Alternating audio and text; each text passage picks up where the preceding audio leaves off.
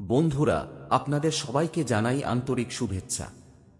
ধর্ম সাধনা ও ঈশ্বর লাভ এই চ্যানেল আপনার জীবনে শত ব্যস্ততার মাঝেও এক নতুন ধার্মিক পথে আপনাকে নিয়ে যাবে, যেখানে আছে শুধুই শান্তি আর শান্তি। আজকের এই ভিডিওটি শুধু একটি আধ্যাত্মিক আলোচনা নয়, এটি এমন এক আলোর স্পর্শ যা আমাদের মতো বিদেশের মাটিতে পথ তৈরি করা প্রতিটি বাঙালির জীবনে নতুন শক্তি, সাহস এবং স্থিরতা এনে দিতে পারে। কারণ আজ আমরা যার জীবন নিয়ে কথা বলবো, তিনি শুধু দেবতা নন, তিনি পথপ্রদর্শক, যোদ্ধা, উপদেশক, বন্ধু, দার্শনিক আর সবচেয়ে বড় কথা, তিনি একজন জীবন দর্শনের শিক্ষক। তিনি ভগবান শ্রীকৃষ্ণ। বিদেশে থাকা বাঙালি হিসেবে আমরা প্রতিদিনই লড়াই করি। নতুন পরিবেশ, কর্মজীবনের চাপ, পরিবারের দায়িত্ব, সন্তানদের ভবিষ্যৎ আর সাথে সাথে নিজের সংস্কৃতি, ভাষা ও শিকড়কে ধরে রাখার সংগ্রাম। মাঝে মাঝে মনে হয়, আমরা কি ঠিক পথেই হাঁটছি? আমাদের শক্তি কি কমে যাচ্ছে? মন কি স্থির থাকছে? নাকি আমরা ভিড়ের মধ্যে একা হয়ে যাচ্ছি?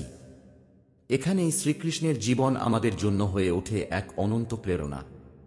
কৃষ্ণের জন্মই হয়েছিল অন্ধকারের ভিতর, জেলখানায়। তবু তিনি আলো হয়ে উঠেছেন সারা বিশ্বের জন্য। আমাদের জীবনেও অন্ধকার, চ্যালেঞ্জ, দুশ্চিন্তা আসতেই পারে, কিন্তু কৃষ্ণ শেখান, পরিস্থিতি যত কঠিনই হোক, মানুষের ভিতরের আলো কখনো নিভে যেতে পারে না যদি সে নিজের শক্তিকে চিনতে পারে। বিদেশে থাকা প্রথম প্রজন্মের বাঙালিরা অনেক সময় দ্বিধায় ভোগেন। ক্যারিয়ার নাকি পরিবার, নিজের স্বপ্ন নাকি বাস্তব দায়িত্ব, নিজের শান্তি নাকি প্রতিদিনের দৌড়ঝাঁপ। কৃষ্ণের গীতা এখানে আমাদের পথ দেখায়।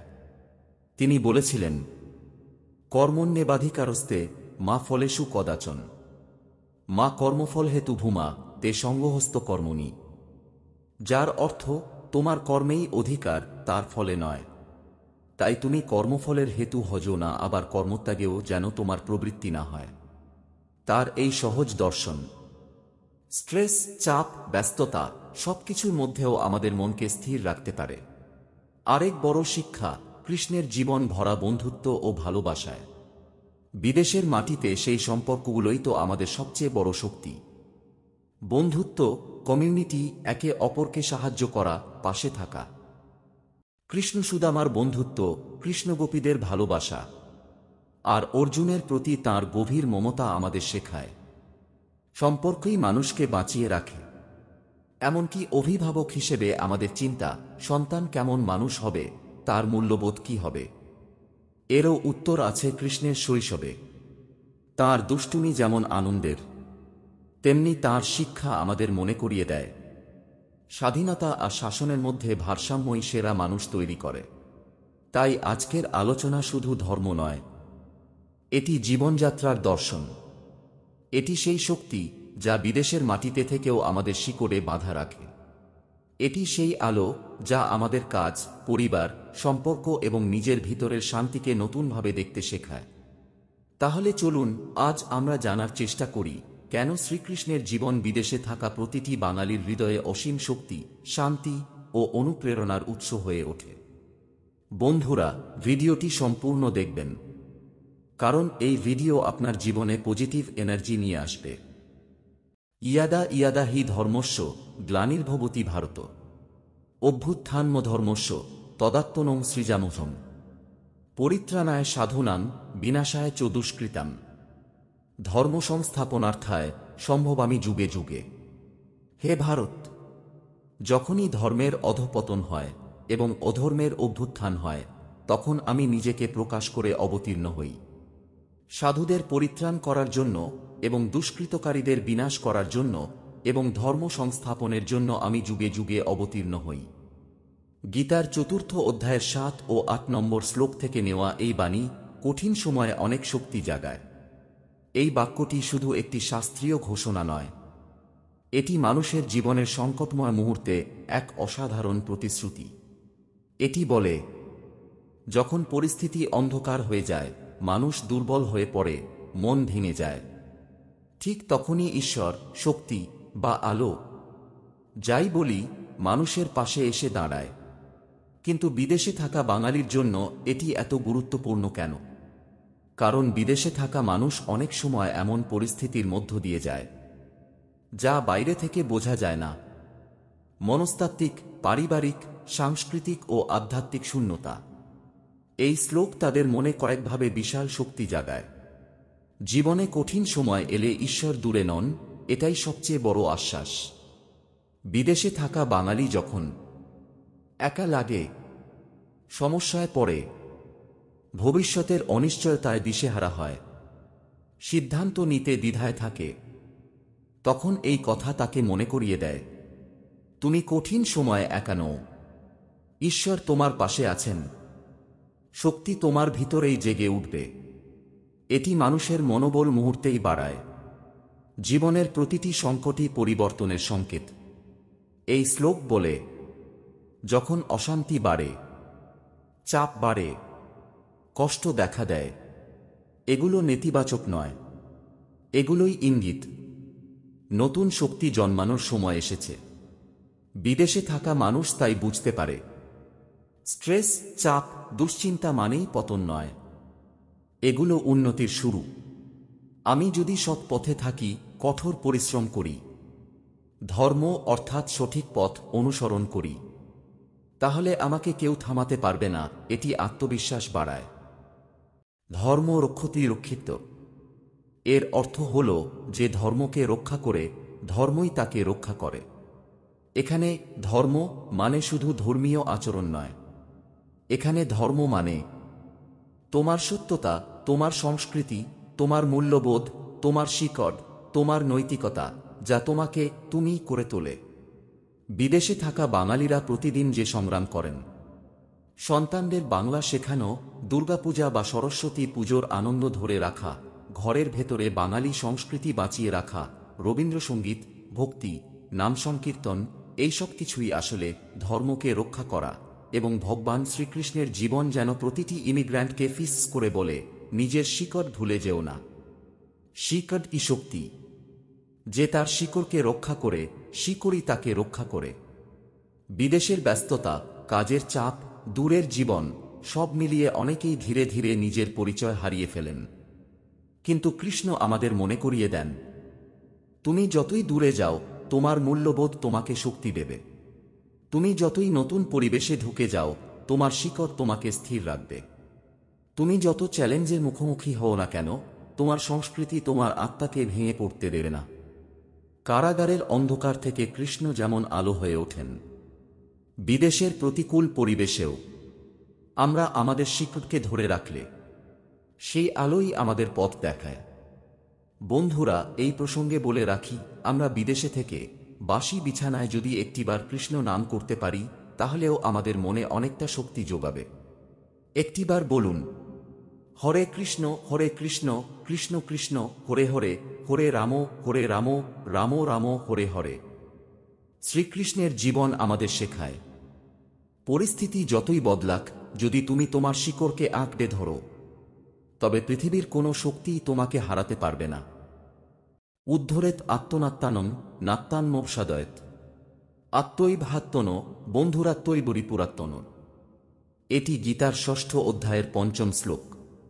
এর অর্থ, মানুষ নিজেই নিজের উত্তোলক, নিজেই নিজের অবনতিকারক।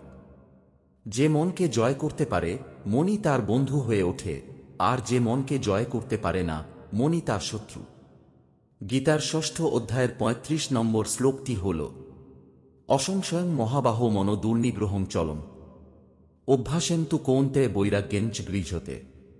এর অর্থ, হে মহাবাহু অর্জুন, নিঃসন্দেহে মন অতি চঞ্চল ও দমন করা কঠিন, তবে অভ্যাস এবং বৈরাগ্য এর দ্বারা তাকে বশে আনা সম্ভব। মন এক অদৃশ্য অথচ মহাশক্তিশালী শক্তি। মানুষের সমস্ত চিন্তা, কর্ম ও ভাগ্যের মূল উৎস এই মনই। তুমি যা ভাবো, যা কল্পনা করো, যা বিশ্বাস করো, জীবন ধীরে ধীরে ঠিক তেমনই রূপ ধারণ করে। যদি মন শান্ত, নির্মল ও ঈশ্বরনিষ্ঠ হয়, তবে চারপাশের বিশ্ব আলোকিত হয়ে ওঠে। আর যদি মন অস্থির, সন্দিগ্ধ ও আসক্তিতে আবদ্ধ হয়, তবে জীবনেও জন্ম নেয় অন্ধকার ও অশান্তি। কৃষ্ণের মতে মনকে জয় করা যায় অভ্যাসে। বিদেশে থাকা বাঙালিরা যদি প্রতিদিন একটু ধ্যান, একটু নামস্মরণ, একটু প্রার্থনা, সামান্য যোগব্যায়াম, সপ্তাহে কয়েকদিন মাইন্ডফুলনেস, এগুলোকে অভ্যাসে আনতে পারে, তাহলে মন নিজের থেকেই শান্ত, দৃঢ় ও পজিটিভ হয়ে ওঠে। অভ্যাসই মনকে বন্ধু বানায়। বন্ধুরা, বিদেশে আপনারা শত ব্যস্ততার মধ্যে দিয়েও ভগবান শ্রীকৃষ্ণের আশীর্বাদ লাভ করতে পারেন। অফিসে কাজের ফাঁকে, অফিস যাওয়ার সময়, বিছানায় বসে বা অবসর সময় আমি আপনাদের 5টি মহামন্ত্র এখানে শোনাতে যাচ্ছি। মন দিয়ে শুনবেন বন্ধুরা। আর ভিডিওটি যদি ভালো লেগে থাকে তাহলে অবশ্যই চ্যানেলটি সাবস্ক্রাইব করে দেবেন আর কমেন্ট করে জানাতে ভুলবেন না কোথা থেকে আপনি আমাদের এই ভিডিও দেখছেন। চলুন সেই 5টি মন্ত্র আপনাদের শোনাই। প্রথম মন্ত্রটি হল ও কৃষ্ণায় বাসুদেবায়, হরে পরমাত্মনে, প্রণত ক্লেশনাশায়, গোবিন্দায় নমো নমঃ। ভগবান শ্রীকৃষ্ণের এই মন্ত্রটি পাঠ করলে দুশ্চিন্তা দূর হয়, মনকে নির্মল করে, কাজ সফল হতে সাহায্য করে। এবার আপনি ভাববেন কখন এই মন্ত্রটি পাঠ করবেন। বন্ধুরা, সকালবেলা স্নান শেষে এই মন্ত্রটি পাঠ করতে পারেন, বা কোনো শান্ত জায়গায় বসেও আপনি মন্ত্রটি পাঠ করতে পারেন। 11, 21 বা 108 বার জপ করা সবচেয়ে ভালো। ইচ্ছা না থাকলেও 1 মিনিট জপ করলেও দিনটি সুন্দর কাটবে। চাইলে চোখ বন্ধ করে কৃষ্ণের হাসিমুখ কল্পনা করুন। দ্বিতীয় মন্ত্রটি হল ও নমো ভগবতে বাসুদেবায়। বন্ধুরা, এই মন্ত্রটি পাঠ করলে জীবনে শান্তি ও স্থিরতা আনে, ভয় দূর করে, সকল বাধা কমিয়ে দেয়। এই মন্ত্রটিও আপনি 11, 21 বা 108 বার জপ করতে পারেন। পারলে ওম এবং স্বস্তিক চিহ্নটি কপালের মাঝখানে কল্পনা করবেন, তবে এটি বাধ্যতামূলক নয়। তৃতীয় মন্ত্রটি হল হরে কৃষ্ণ কৃষ্ণ কৃষ্ণ হরে হরে, হরে রাম রাম রাম হরে হরে। এই মন্ত্রটি পাঠ করলে মন শান্ত হয়, স্ট্রেস দূর হয়, ঘরে পজিটিভ এনার্জি আনে।